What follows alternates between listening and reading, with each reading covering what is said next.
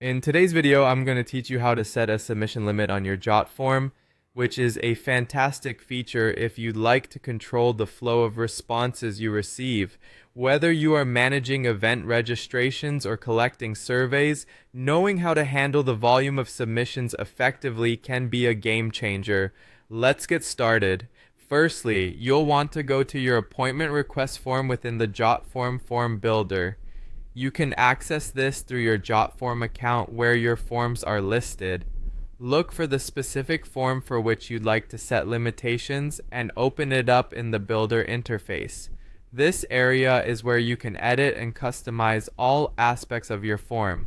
Once you have your form open, click on the Settings tab found at the top of the page. This section is crucial because it allows you to personalize how your form behaves once it's live. People often overlook the capabilities found here, but mastering these settings can offer great control over your form's performance. Now pay attention as we navigate to the form status section. You'll find this option on the left side.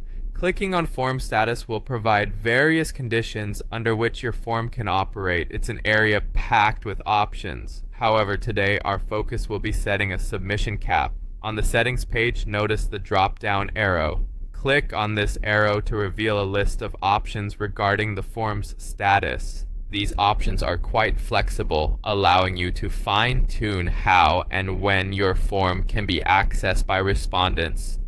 Among the list, look for and select the option labeled Disable at Submission Limit.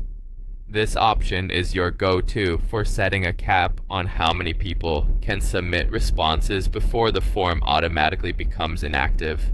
Perfect for short-term projects or when you simply want to manage your data volume without constant monitoring. Next, you need to type in the limit you desire. Think about your capacity or desired response count.